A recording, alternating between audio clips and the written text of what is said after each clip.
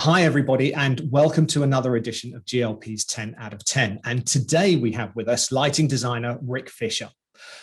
Difficult to know where to begin with this one. There's a lot to say. So now, a long-term UK resident, Rick was born and grew up in Philadelphia and attended Dickinson College in Carlisle, Pennsylvania, graduating with a BA in theatre studies. After a brief spell of acting, Rick dived into every role that existed backstage, learning them all before settling into the lighting department and heading down the road of designer. Since then, Rick's career has seen him light shows across the world. In the discipline of ballet, he's worked with the likes of Matthew Bourne, lighting the spectacular productions of Swan Lake and Cinderella. In the world of opera, he's lit Madame Butterfly, La Traviata, Don Carlos, Turandot, and many more besides for companies at LA Opera, the Bolshoi, the Royal Opera House in Muscat, and the Royal Opera House in London, and a staggering 22 seasons at the Santa Fe Opera in New Mexico. Rick is perhaps best known for his work in theatre, though, and has lit an incredibly long list of shows from Sunny Afternoon, Chariots of Fire, Jerry Springer the Opera, Blue Orange, Love and Understanding, and Inspector Calls, Disney's The Hunchback of Notre Dame, and the global phenomenon, Billy Elliot The Musical.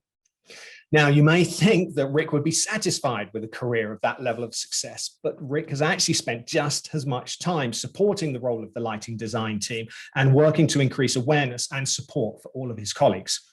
Along with the late Tony Gatelier, Rick founded the industry charity Light Relief, which has now progressed and transformed into Backup. Rick was also a key proponent in the establishment of the Night of Illumination Awards that celebrates and awards the craft of lighting design across all disciplines. Rick served for more than 15 years as the chairman of the Association of Lighting Designers, and whilst he's passed the baton along, he is now a fellow of the association. Throughout his career, Rick has been awarded on many occasions, and his mantelpiece is home to 2 Tony Awards, 2 Olivier Awards, a gold medal and a gold Triga from the Prague Quadrennial, 2 Drama Desk Awards, a Helpman Award, an Ovation Award, a Garland Award, and the Enrico Caironi Lifetime Recognition Award from the 2017 Night of Illumination ceremony. Welcome, Rick Fisher. Thank you. I think I'm blushing, but thanks very, very much. It sounds like a real mouthful when you put it all together, but it somehow just all rolls on and happens to us all. Yeah, it's an incredible journey, I think, from obviously that small start where you obviously just knew that you wanted to be involved somehow, trying the different disciplines backstage, and now everything that not everything that you've just achieved, but everything that you've done for the industry as well. Well, and it certainly wasn't a straight line, and I certainly never thought I wanted to be a lighting designer. I didn't really know what lighting was. I'm always struck when I talk to a lot of students who are nowadays who have got a really clear idea of a direction and a goal in lighting, which I never was lucky enough to have that or driven enough to have that. But I found that through lighting, I can be useful to helping to create shows. And then through that, I've also found what a great community the lighting world is. So different than almost any other discipline. And building on some of the work of the career founders, people like Richard Pilbrow and Francis Reed and Michael Northern, who enjoyed getting lighting people together. And through the work of the ALD, the Nights of Illumination, and the charities that we've helped establish has proved that the lighting community is really different. We like each other, we support each other, we enjoy each other's company, and it's a real sense of family. We're not competitors, we are colleagues. And yes, that is something that I really love about the world of lighting. Directors are not like that, actors are not like that, set designers are not like that, costume designers are not like that, sound designers are not quite there yet, but I think are moving more like that. It's something very special about our world. And also that we work with and get to know and are involved with the people who make the equipment that we rely on. People like yourself, and you have a long relationship with people in the industry who are creating and imagining and dreaming along with us of the tools that we want. Yes. That's very rare. Yeah, it is really, start to end. And as you say, at every level, it's a collaboration, and it's colleagues, not competitors. That's That's for sure. From the times when students leave until eventually retirement. Yeah. Yeah. Fantastic. It is a fantastic journey. Well, let's see if we can learn a little bit more about your journey then. So winding back to the beginning, what was your first show as a lighting designer? Well, I originally thought I wanted to be a stage manager. I had done some work in summer stock in Philadelphia and Atlantic City back before I left the United States. And I really admired the stage managers who seemed to hold everything together. So after I moved to the UK, I took a semester abroad, went to the UK. I took jobs as stage managers in little art centers. And my job, I was really the only technical person there. So what happened is that sometimes the little shows that were coming through and being created in our theater spaces didn't have a lighting person. So they would sit me down and talk to me about what they needed for lights. And I would take our 20 to 30 busted up, old, broken down lighting fixtures and rig them and do them all myself. So I started lighting shows that way, often not getting credited.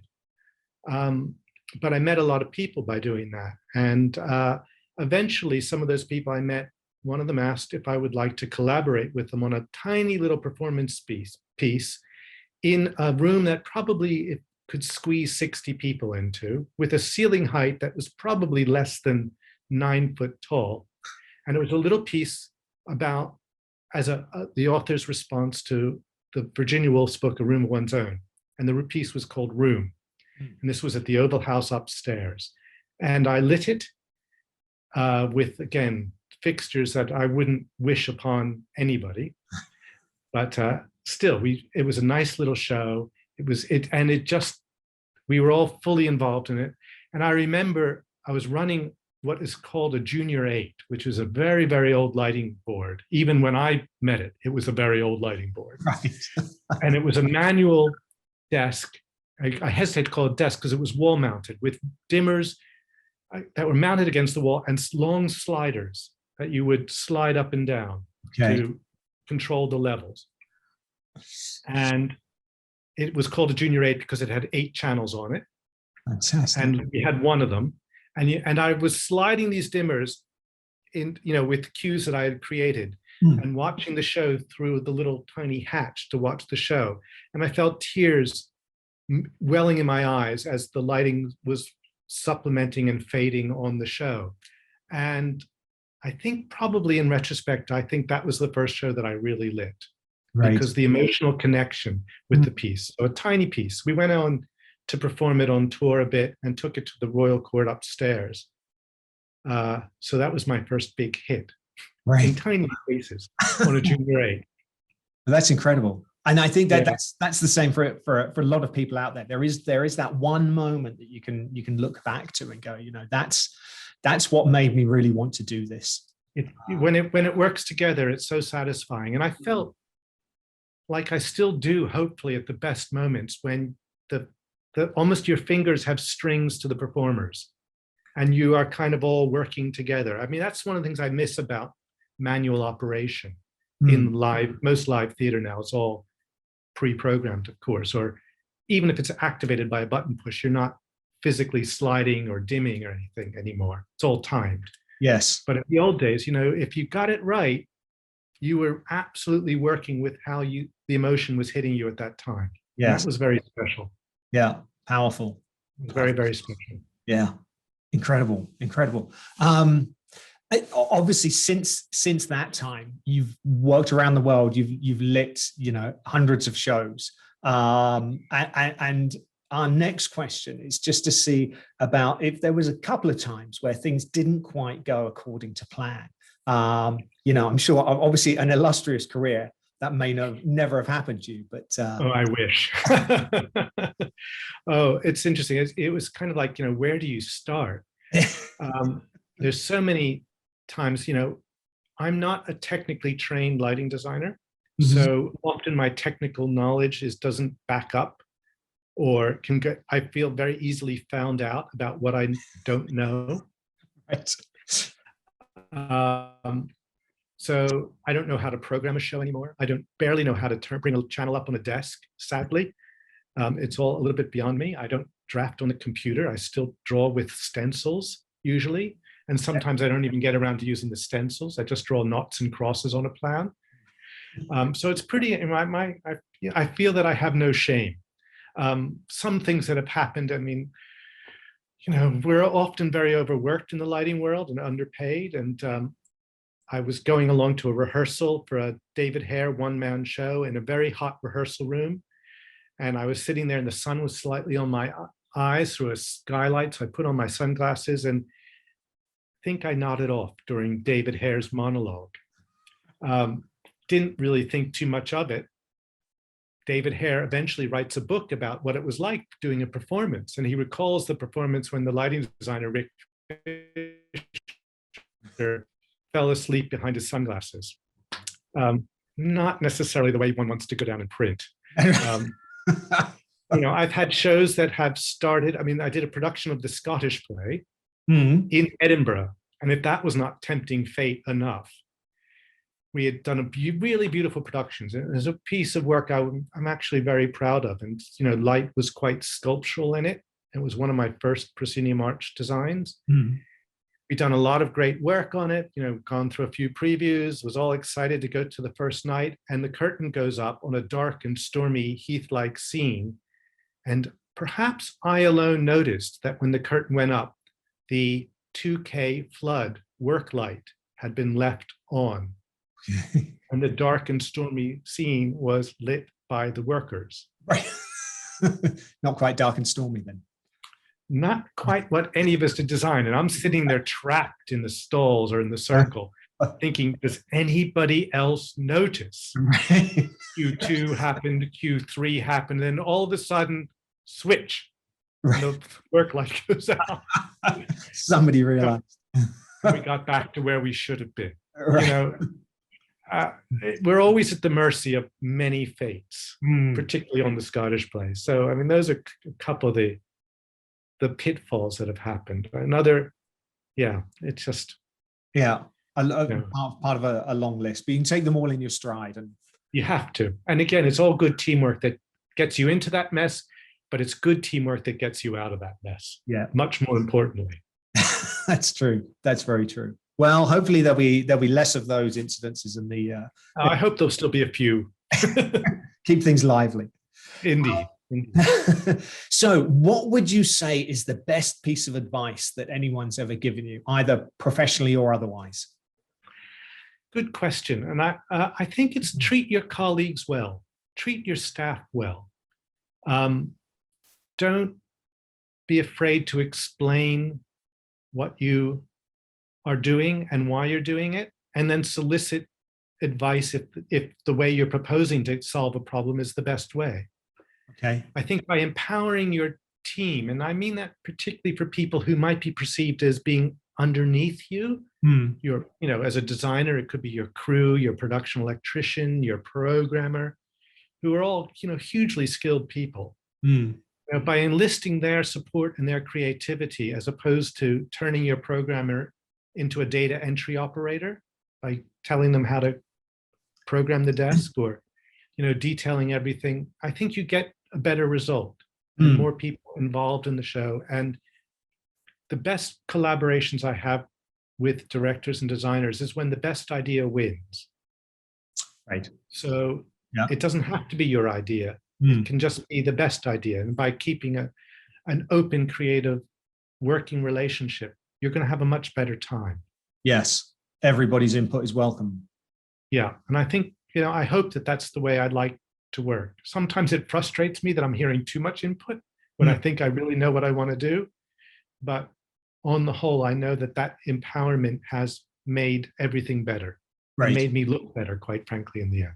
Yes. Yeah. And obviously for the benefit of the show as an end. Absolutely. Yeah. Absolutely. Yeah. There we go. Great advice. Great advice indeed. I hope so. Thank you. I hope I can remember to take it most of the time too. Right. That's the other thing. Okay. Obviously, you've achieved a massive amount, been awarded many times, but obviously done a huge amount of work and everything. Professionally, what would you say is your proudest achievement so far? That's, what I'm really proud of I mean, I'm proud, enormously proud of all my shows, I think, and even the ones that don't work, I think I'm mostly proud of them. There are a few I'd like to forget, but I've been really lucky with some of the shows that have had a long life, that I'm actually really proud of the work on them. I mean, Inspector Calls, bless its cotton socks, as we say in the UK, has been performing off and on for over 25 years. Wow. We have outlived some of the lighting equipment that was originally specified for the show. So we've had to replace some of the lighting equipment with new stuff. Originally, it was a show that had no digital technology on it, no moving lights. Sorry, blatant plug. The Inspector Calls now has some GLP equipment on it, because the lights that they are replacing are no longer made or are no longer serviceable to tour with. Yeah. So we've been able to use some modern technology to try and look like the old technology. Because I didn't really need to change the look. I just needed stuff that somebody was willing to tour. Right. Something that you could get your hands on. Indeed. And still worked. Yes. And for a long time, we rescued certain light curtains from the skip, kept on getting thrown away, and somebody remembered in the hire company, oh, Inspector Cole still needs them. I'm sure it'll go out in 2 years' time. So they were saved. Okay. But now we've let them go into the skip and replaced them with some GL4 wonderful X4 bars to light our rain curtain. Yes, right. Yeah. And they do it really well. But again, we try and make them look like the old-fashioned tungsten light curtains. I'm a great lover of tungsten light, of course. So I'm proud of the fact that some of my long runners are shows I'm proud of, because you can also have hits where shows where the lighting hasn't played a big part of. But I think particularly on Inspector and Billy and some of the operas that have kept in the rep, the lighting is a major character, and I've been very proud of that. But I think the thing I'm most proud about is what I alluded to earlier, is a small role that I may have played in helping to keep the ALD growing and relevant, and the lighting community, making, listening and being part of the lighting community and helping that be better, stronger, more collaborative, and more supportive. During the pandemic, that's been really important. And I think the ALD and backup particularly have been there to support the lighting industry and the lighting and us lighting folks in ways that I'm really thrilled we've been able to step up and do. Yes. Yeah. And that's something, I love being involved in Show Light, which is about to have a virtual Show Light in May. And we'll do a one-day symposium, but being involved in that kind of bringing together and cross-fertilization of designers, manufacturers, architects, film lighting people, television lighting people, theater lighting people, rock and roll people, and bringing all that cross-fertilization together is always worth all the trouble of trying to herd all those various cats into one room. As you know, that's not always easy, but every time it happens, it's magic. Yes. Yeah. So of course you can be part of it. Yeah, that's right. I'm really proud that Backup has been able to distribute nearly $500,000 US, or 350,000 pounds to people in all aspects backstage of the performing arts, both film and live, who have needed money and support during the pandemic. That's been money that we've been able to raise from the industry and give to people who are often overlooked, who are our mates. Yeah, that's incredible. Absolutely incredible. And I'm just a tiny small part of that, I know, but it's been nice to be a small part of that. Yes, but I think you shouldn't. You were part of the inspiration for it. You and Tony. It was you who started the original thing. So yeah, I mean, I guess on behalf of everybody, thank you. That's a pleasure. It's it's just a reflection on our community that we kind of, because I think lighting people. Well, there's that old saying that the best lighting you shouldn't notice. And I take issue with that. I think the best lighting should look inevitable. It should look like it should have been no other way, because we all know if you walk into the venue, unless you're outside, no lighting is darkness.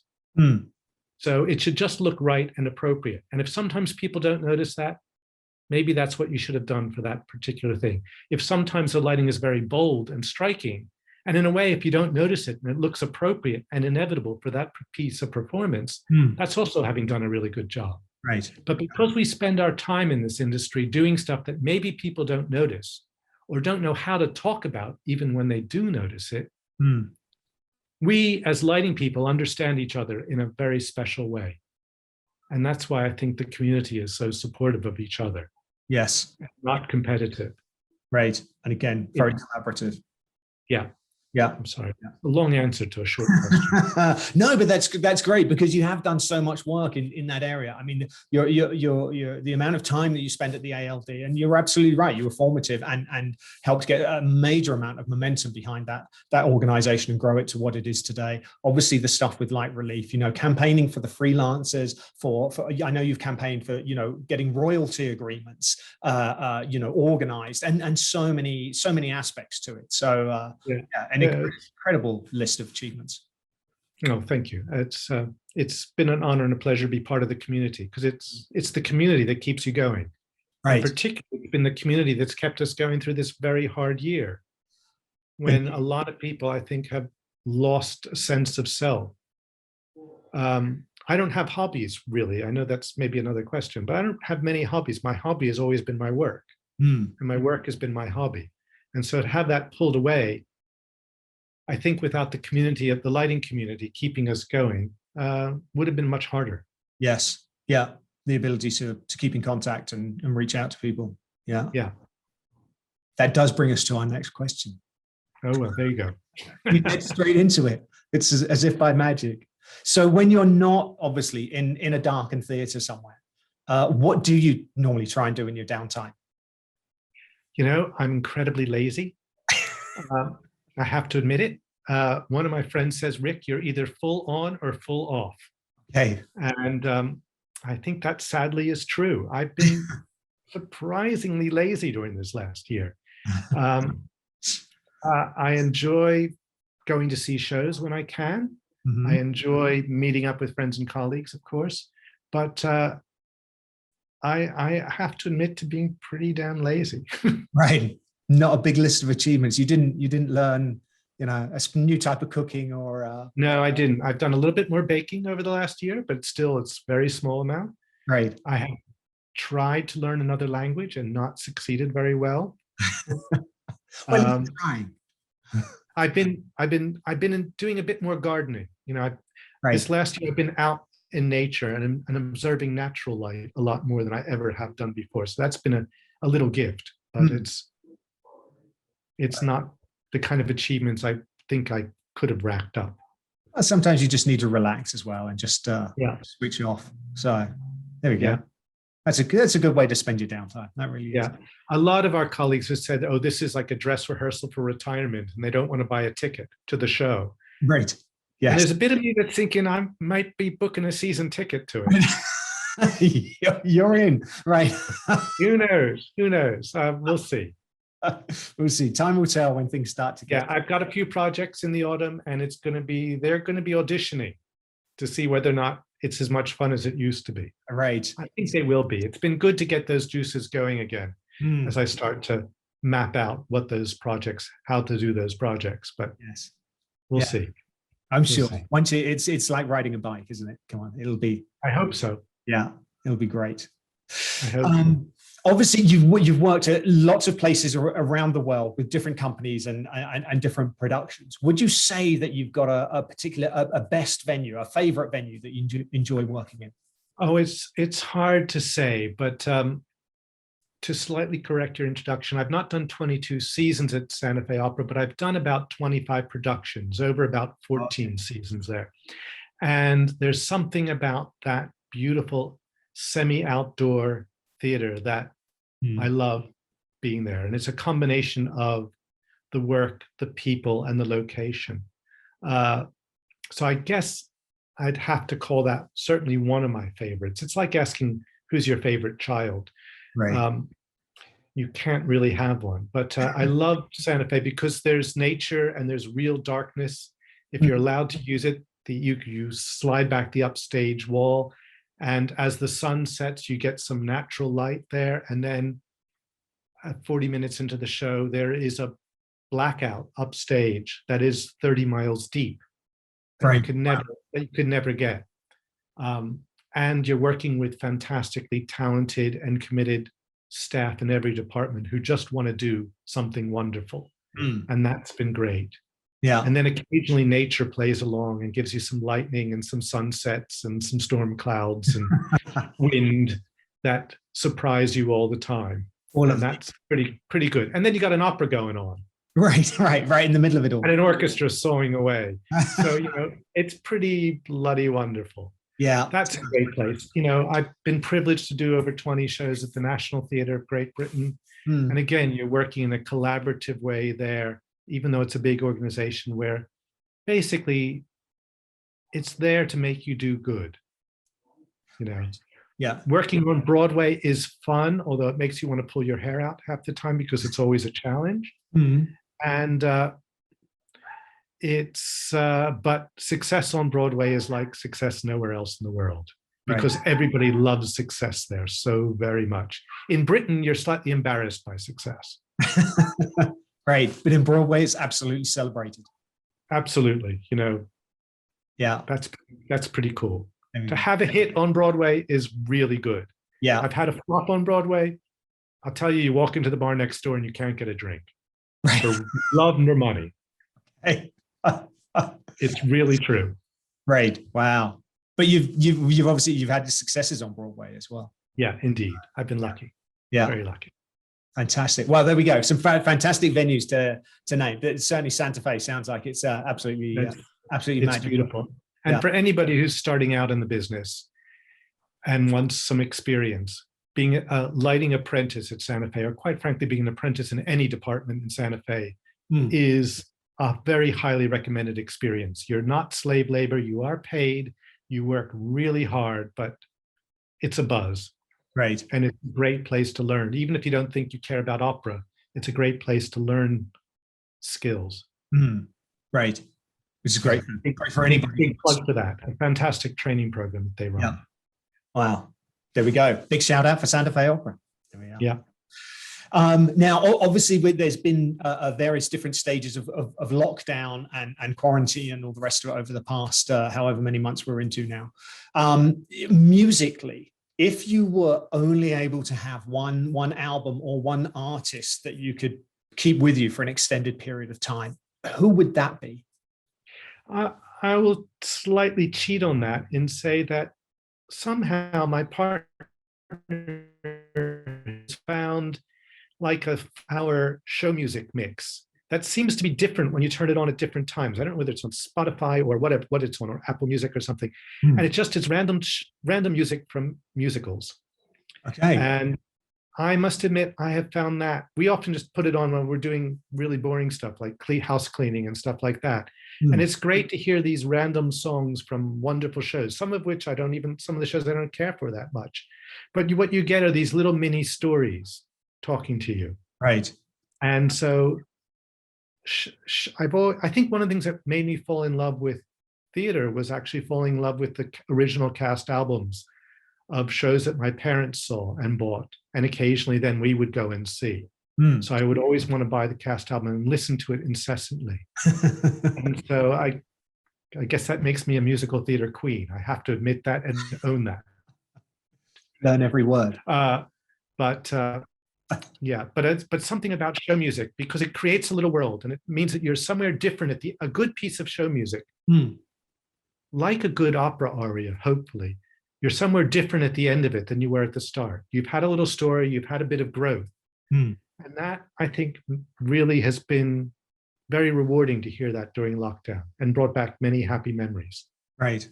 There we go. Perfect. Show tunes playlist. Show tune. There we go. Absolutely awesome. That's a great answer. That really is. Good. Thank you. Now, if you could wind back and go and visit the teenage Rick and offer one piece of advice, what would that be? Gosh, don't be an asshole. Surely you. Yeah. Oh, you'd be surprised. I still am sometimes. Yeah, I think